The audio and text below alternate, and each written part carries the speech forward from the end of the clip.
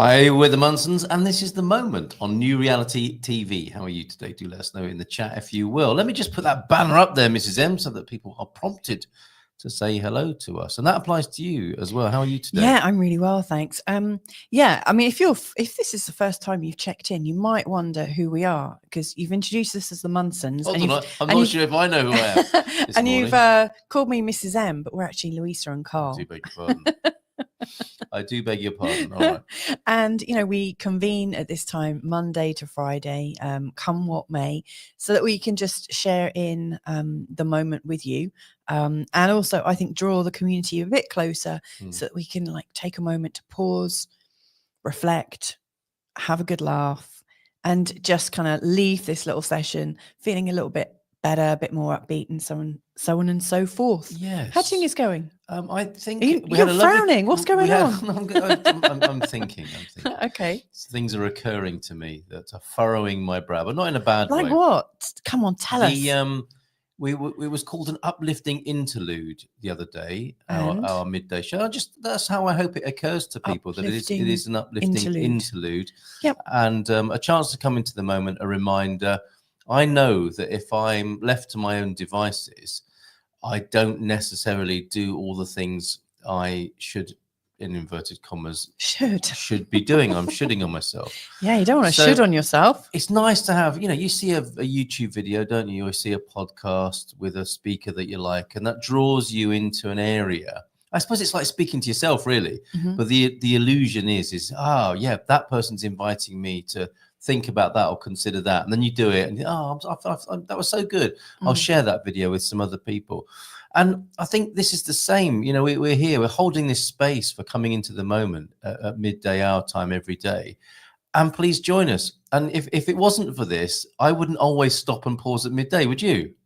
No, definitely not. That is why we're doing it, isn't it? That's why we're doing it, because we're both like incredibly busy usually. So it's a good moment for us to connect. Actually, it's almost, dare I say it sounds so sad, but it's almost like a date. A time when you and I get together. Yes. And we have great conversations with people. Yeah. Well, that's why I slipped into Mrs. M and that familiarity. So sorry if that threw anybody. Look, Will, good morning to you, Will. Lovely to see you. Oh, hi, Will. Excellent. And we have a few other people we know are watching. Yeah. Please say hi. We don't bite. Not usually anyway. And we'd love to hear how you are, who you are, and where you are this morning. And Mrs. M, can I ask you something? Sure. I did it again. Louisa Munson, may I ask you something? When I put this onto the screen, what happens for you? Well, you know what? I actually used this mantra this morning. Did you? While you were doing your first show of the day, good morning, Portugal, to your Portugal community. This is the second of 4 shows today, in fact. Oh, wow. Yeah. Yes, you are very active today, aren't you?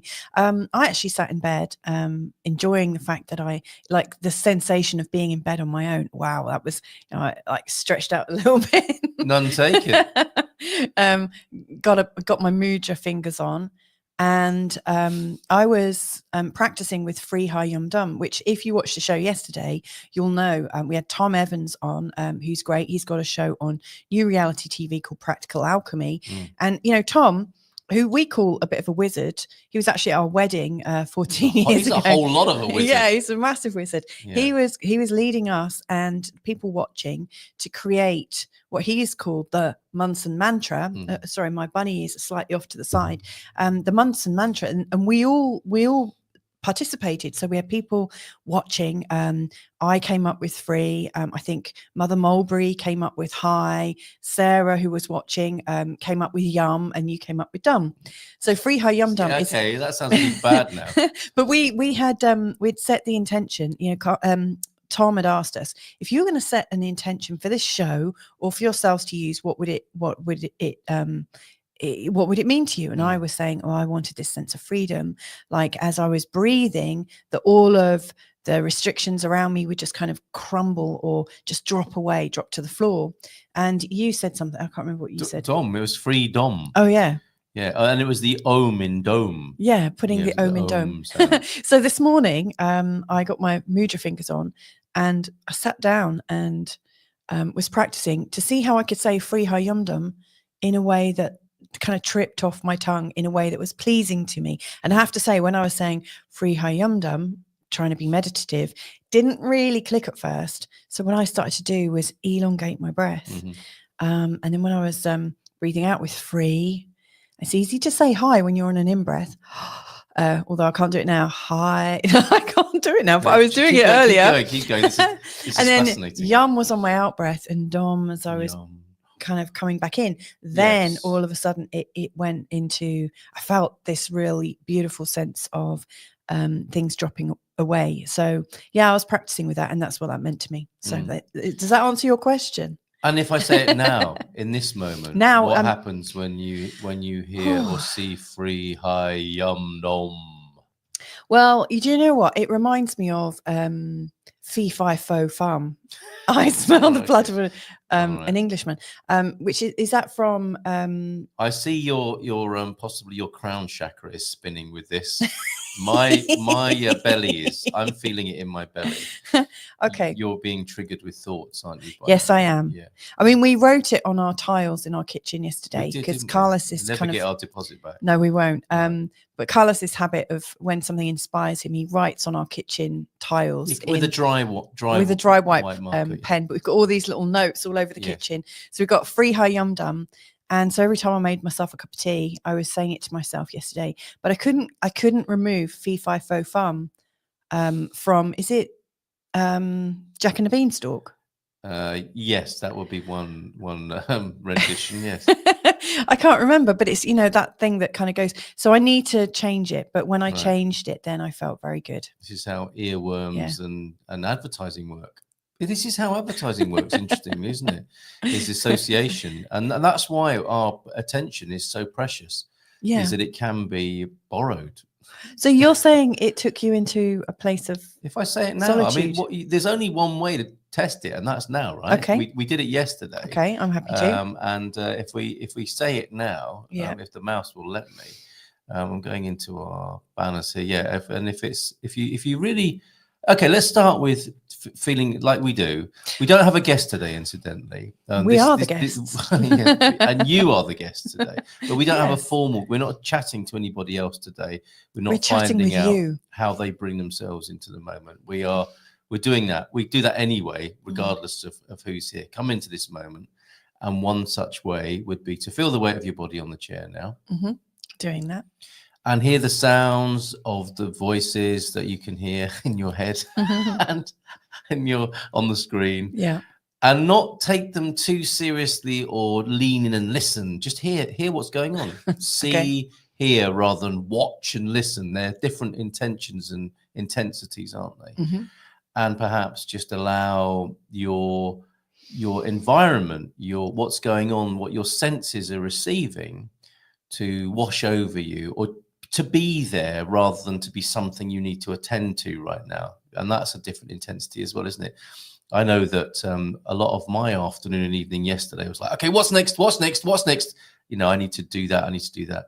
And in this situation, there's nothing to do right now, unless you're something urgent. If I can invite you into being free and available in this moment, on New Reality TV. And just for a few minutes to let go of those demands. We've all got a to-do list, haven't we? Whether it's a written one or a mental one that we carry around all the time. And sorry to mention it, but hear the sounds, see the shapes, and see rather than watch. Relax a little bit. Hear rather than listen. And just feel the clothes. Yeah, I can feel your hand on my arm. Isn't that lovely? May I say something? No, sorry. Yes, of course you can. I was, because we've been doing this every day I'm talking really quietly now, as if it's just us in the room. Somewhere, haven't you? You've gone somewhere. Yeah, but I just want to, and I don't know if it's the same for everyone else, but because we do this check-in every day, I went there really quickly just with one or two breaths, and then you kept talking me out of. I saw that. Yeah, and so I was like, sneakily. Could you just shut up? Is what you were thinking? Yeah, absolutely. Yeah. I love what you do. And I realized actually I just wanted that tranquility. Yeah. I was about to say tranquilité then. Yes. The tranquility. You don't know who you are right now. No, you're I don't. so relaxed. Yeah, you've really channeling your inner French woman. Let's talking about voices in our head. Let's say hello to some of the people in Yes. in the chat room. Yes. Got Bon dia amigos from T Duck. Thank you. Your friends on New Reality TV, are they in the room right now? Yes, T Duck is here. Bon dia amigos, good to see you, T Duck. And the voices in my head say press the like button. Oh, thank you. Yes, definitely okay, press the like button if you're enjoying this. Actually, it's interesting because I'm thinking that a lot of people watching this show that are in the chat room, you're watching it from YouTube. And I don't know if anyone's actually watching it from New Reality TV. Please bookmark the website. Yeah, if you are watching this live from New Reality TV, I'd love it if you could write some kind of review underneath, because I noticed we don't have any reviews, and yet we've had so many people join us and comment and stuff. And so I'd love to hear how you're finding it. That's if you're not too relaxed right now. You're in the moment, and quite honestly, in the way that I'm aware that I disturbed you after you'd gone into a restful state. You didn't disturb me. You just kind of brought me back. It was a bit like this can happen, can't it? It's a bit like a wave. Yes, yeah, and I think there's like a crossover point, isn't there, where a guided meditation is enough, and you might think to yourself, actually, I'm going to turn this off now because I'm where I need and want to be. Yeah. And this is the one show possibly where we might urge you, if it's put you into an optimal state and you don't need to watch or listen anymore, I say that's mission accomplished. Yeah, I really do. And you know, all well and good. That's the whole point. And the good thing is then this show can just proceed from the idea that we're already relaxed. And what would we like to talk about today? Absolutely. So is there anything on anyone's mind that you'd like to bring something up? I know Doug is in the chat room and he's saying with Free High Yum Dum. He's gone into word association for sure. Yeah, he's saying we could go to some car dealership. It sounds like Hyundai to him, I think. Hey, however you're meant to say Yum Dum. Anyway, Deb's impressed with you. Good job, Louisa, with your reworking of the Munson mantra that was issued to us yesterday. Thanks. Good to see you, Deb. How are you? And Mother Mulberry's Tea Club as well. Hi, everyone. Yeah, Mother Mulberry gave us the hi from yesterday. Yes, indeed. Yeah. Good to see you. I mean, that's the thing. I think it doesn't matter where we all meet or where we convene with other people that maybe help us to take a moment to pause. We still have to use our imagination, I think. You know, like in terms of Deb saying, good job, Louisa, I think we always have to personalize it to ourselves. So about 20 years ago, I did my hypnosis training and timeline therapy training. And, you know, we were in workshop settings and you learn a lot of things that kind of work and a lot of things that don't work. And one of the things I noticed was when you're really specific about the meditation that you're expecting other people to get involved in and you're describing it to them, like their imagination is already at work. And if you suggest something that just doesn't match what's going on for their internal experience, then it can take them out of meditation. That might have been a little bit of what was going on between me and Carl just a moment ago. So I think, you know, it's absolutely important that you do personalize things and enjoy things in your own way. I always, you know, whenever I'm doing some kind of guided meditation, I always find that I'm doing it my own way. And I think that's an important thing. How do you mean? Well, are you hearing somebody else's guided meditation? Yeah. I mean, I don't know if it's it's because I won't. I think it's more I can't. You know, my imagination fires up immediately. Like somebody gives me one instruction and in my imagination, I'm already going on like another two things. Like I enjoy that first instruction and then my mind or my imagination or whatever it is, I take myself on a creative process. Yes. And again, to me, that comes back to intention, does it not, on what result you're looking for? Yeah. So if the mission has been accomplished, there's really no need necessarily, is there, to see through the whole process? Absolutely. Is that not what we're endeavoring to do? Yeah. Once we've gone there, it's fine to like come straight back. Yeah, I wonder if I'm idolizing this idea of being in the present moment. I mean, to me, that's how it seems to be, and I'd be interested if, because it occurs to me more and more. It's like, oh, I thought everybody thought that, and I want to check now. I have this idea that there is an optimal state of being, and that's our natural state, and everything else occurs not really as a test necessarily, but we're either in that optimal state or in a sense of it. And once we get into the optimal state, there's a depth to it and an intensity to it. But a lot of life would appear to be being, just a slight imbalance off that high wire of being free and easy in the moment. And that's how I see it. We might spend years trying to do that, but that's what to me, what the spiritual path, the spiritual endeavor is to be more and more in that state of freedom. Yeah. And to get better and better at managing the things that take us off that high wire. In fact, I posted a meme last night or this morning on my Facebook timeline about that, and about how we might continue to be in situations that trigger us. Yeah. When it's okay not to be. We can become quite habitual, can't it? Yeah, definitely. To gravitate towards triggering situations, habitual situations that are familiar, but not necessarily harmonious and fruitful and fulfilling to us. Yeah. In what we might be seeking in life. Well, this is something, I think, a theme for us over the weekend, wasn't it? We were exploring in real time, in a very sort of personal way, how triggers are based, I think, from my experience, and you might have your own thoughts, and if so, let us know. But, I think triggers are based on our fears from the past that something might happen in the future. Yeah. And so when I might have been getting triggered over the weekend, and Carl might have been getting triggered over the weekend. Sounds like we're having an interactive relationship workshop, which we kind of were. Yeah, it does. Well, we were. I mean, that's how we do our life, isn't it? We're like, there was this one part of us like observing what was going on as I was getting myself into a bit of a state at one point. And, Carl, and also with the help of Peter Crone, I think it was, on YouTube. Good old Peter. Yeah, he does. Suddenly he is everywhere. Yeah, I know. Yes. I'm always kind of interested by these people that all of a sudden just arrive on YouTube and they're everywhere.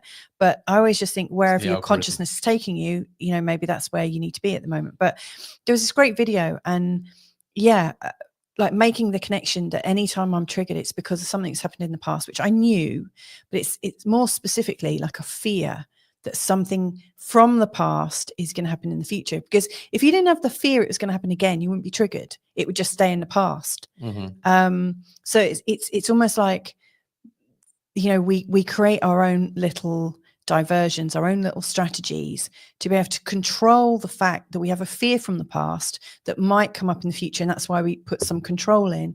And of course, once we're controlling things, we're not in the present. Exactly. That's the dance. That's the and dynamic. So being able to work that out for ourselves with a bit of teasing from a bit of a YouTube guru, and also ourselves in a deep conversation, was really helpful. And, since we've been together, I've always been aware, like Carl, I don't know where it is actually. I haven't seen it for ages. But you've got this book called The Art of No Thinking? Yes. And I could never quite think where it is though. I could never quite get why you were so focused. The way of no thinking. Oh, the way of no thinking. That's it. I could never quite get why you loved and revered that so much. Because I'm literally always in my head. I'm really sort of in my head a lot. But yeah, I'm starting to understand it and appreciate it a lot more now, Carl. So I'm glad that you've kind of stuck at it for so long. Well, see, given that we seem to have drifted into the world of triggering, I found that meme. Oh, go on. And it's a wise man told me, and I don't give away my sources when it's a non-global post on Facebook. So forgive me for keeping this anonymous, but the person who posted it to friends only. Yeah. But I think it's okay to share. I was inspired by it and I would reshare it. So I'll take responsibility for this. It's interesting when things start, a wise man told me. Is that just somebody basically this is what I think, and I'm going to package it as a wise man? That can happen, right? That can happen. Okay. But the point of it is you're not yourself when you're triggered. Now we can agree on that bit, Carl. Yeah, definitely. And it reminded me immediately of the Snickers or the advertising with Joan Joan, what was she called? A woman, Joan Collins. Joan Collins, you need a Snickers, you're being a diva, right? Yeah. So you're not yourself when you're triggered, like when you're people might not understand. hangry I don't know or whatever. I don't know if Snickers is something that I Americans think Snickers is the Is American it? for Okay. marathon. Anyway, so you have a chocolate bar to sort out your hanger or hangriness. Yeah, hungry. So when you're hungry, you're not yourself. When you're disturbed by any external force, you're not yourself, including being triggered.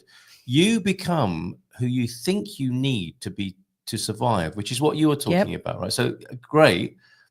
Part of us is trying to save us all the time. Yes. And then some of those things might not just get laid down as useful information in the programming. They might get laid down as far bigger programs than they warrant or deserve space on your personal hard drive for. If we remain in environments that trigger our fight or flight mode, now that's the thing, isn't it? On the one hand, we can conceptualize something that triggers us, but then there's the context in the environment which we might be repeating unnecessarily. So if we remain in environments that trigger our fight or flight mode, our identity starts to slip away, and that's where it gets a bit scary, isn't it? Our identity starts to slip away because our values and personalities are constantly being hijacked by thoughts of fear, panic, and survival. And that's when it's got the better of you, isn't it? If that I think that's what you were referring to. If that constant triggering is going on, then that program's running and starts to wipe perhaps who you really are, or overlay who you really are whilst it's constantly running and keeping you in that activated state. And obviously when you post something like that on Facebook, people come back with all sorts of are you okay, hun? That primarily being one of them. You're okay. It made sense to people. It's been my belief, said my friend Terence here, for some time now, that we are all answers to problems. We have to find our problem and solve it. That is life. That's why we exist. If we are going to avoid times of stress and challenge, we don't grow. We find ourselves through difficult times. Now, whilst I think that's true, like calm seas never made a great sailor. Yeah, I think we're actually now collectively and in the values that our Western society, if you like, tends to treasure, that we overdo that whole thing. It's like, bring on those choppy seas. I want to be a good sailor. And there's a balance. There's a sweet spot with this, isn't there? Constant the praise of triggering, or the tough guy archetype of like, throw everything at me because I just want to grow, I think can lead to exhaustion and burnout and adrenal fatigue and all sorts like of illnesses. PTSD type stuff. Absolutely, yeah. We're getting some comments coming in. And some comments from yesterday as well. Do you want to go through those? Oh yeah. Well, the ones from yesterday are but really... what would it look like to be? What would life look like if you were able to reduce the amount of triggering in your life? And that's part of the growth of consciousness, isn't it? Is to see, oh my goodness, I've created what seems like a perfectly reasonable relationship or situation in my life. And then when you're the stiller you are and the more open and expanded you are and have the chance to consider it, you might think, oh my word, that is just a cheap trigger. Yeah. That whole situation, that relationship is a way of me perpetuating something that is not really me, but something that I'm very used to.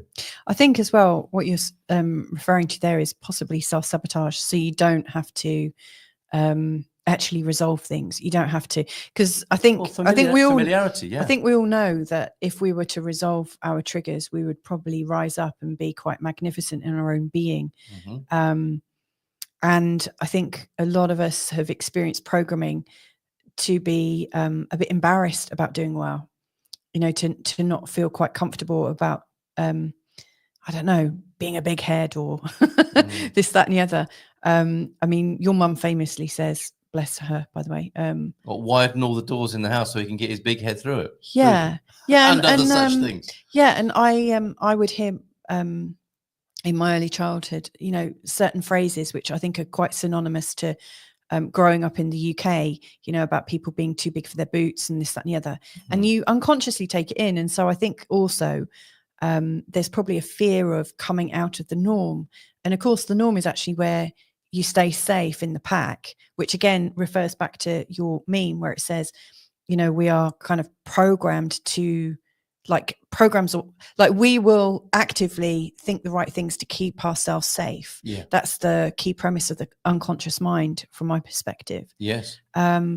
So yeah, I think self-sabotage comes up, you know. So if you are continuously finding yourself in situations where you're going around and around and around in these circles, it might be because it feels safer to do that than, and it feels dangerous to go into a place where you might succeed or you might rise up. Yeah, which I would like to think brings us back to what we do every day. This is a place where that can be spoken of at the very least, and then for anybody who wants to take a look at it, we're available for that. Yeah. That's not something that's available everywhere. So I think, and I mean that generally with new reality TV, I've been a part of it. I think is an expansion of consciousness and the space in which to look at yourself and slow down and hear new ideas, and consider: is that automatic? Is that habitual?